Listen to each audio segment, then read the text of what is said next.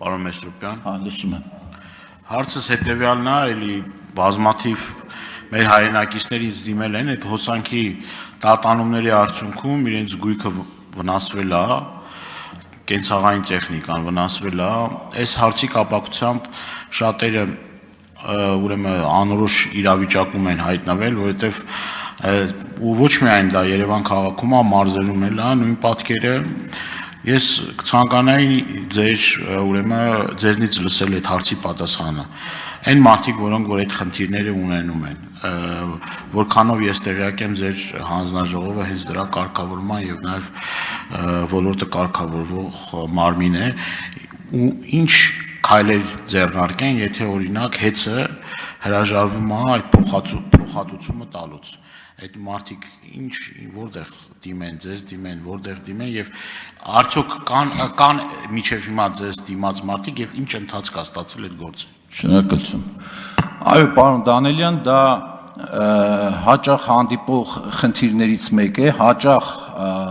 քաղաքացիների կողմից հնչեցվող հարցերից է։ Հանրային ծառայությունների կարգավորող հանձնաժողովի կառուցվածքում ունի քաղաքացիների դիմում բողոքների ընդունման բաժին եւ հենց այդ խողովակով է, որ նմանատիպ հարցերը հասնում են մեզ։ Տարվա ընթացքում ճիշտ եք, բազմաթիվ են հենց այդ հարցը բարձրացնող քաղաքացիները, որովհետեւ իսկապես տարբեր տեսակի վթարների պատճառով համակարգում կարող են նման հետևանքներ առաջանալ։ Ուրեմն հարցը ունի երկու բաղադրիչ, մեկը որ իսկապես այո, հենց հեծի մեղքով է, որ այդ սարքավորումները իրենց տանը վնասվել են, եւ երկրորդը պարզապես տվյալ բնակարանի ինչ որ էլեկտրական սնուցման, մոնտաժի սխալի հետևանքով է, որ կարող է նման երևույթներ տեղի ունենալ կամ տվյալ տանտիրոջ ամփույթ շահագործման հետևանքով է, որ կարող է բերել սարքավորման խափանման։ Կարգը այսպիսին է, երբ որ նման բողոք մենք ստանում ենք, անմիջապես տվյալ հասցեատիրոջ հետ կապված հարցը ուղղում ենք Հայաստանի էլեկտրական ցանցերին, Հայաստանի էլեկտրական ցանցերը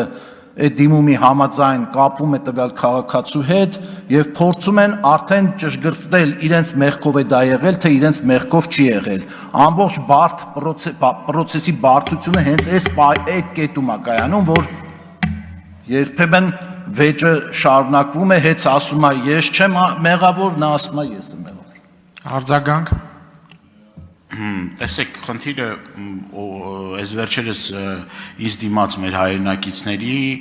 ուրեմն գյուղի երևի մի 30%-ին վերաբերվելիք հարցեր էլի, այսինքն այդ անհատական չի, կոնկրետ գյուղի կամ կոնկրետ համայնքի հետ կապված պրոբլեմա, ես կուզեմ մի հատ եթե հնարավորություն ունեք վիճակագրությունը ներկայացնեք, օրինակ այդ պարագայում ձեզ դիմել են, դուք հեծին եք դիմել, ասել եք որ գործին ընթացք տա, ընդհանուր հայտարարի չեն եկել, պարզ է որ հեծնել իր կողմից ասել է որ դա ձեր խնդիրն է եւ այլ, հետո մեր քաղաքացու այդ ընթացակարգը ոնց է ինչ անի համակերպվի այդ իրականության հետ թե ուրիշ այլ պրոցեդուրաներ կան որ պետք է անցնի կամ ձեր գործառույթը այդ ամեն ինչից հետո որն է մի հատ ցանկանամ նաև այս առումով սպառիչ պատասխաններ տակ որովհետև հազարավոր մեր հայրենակիցներ հիմա սպասում են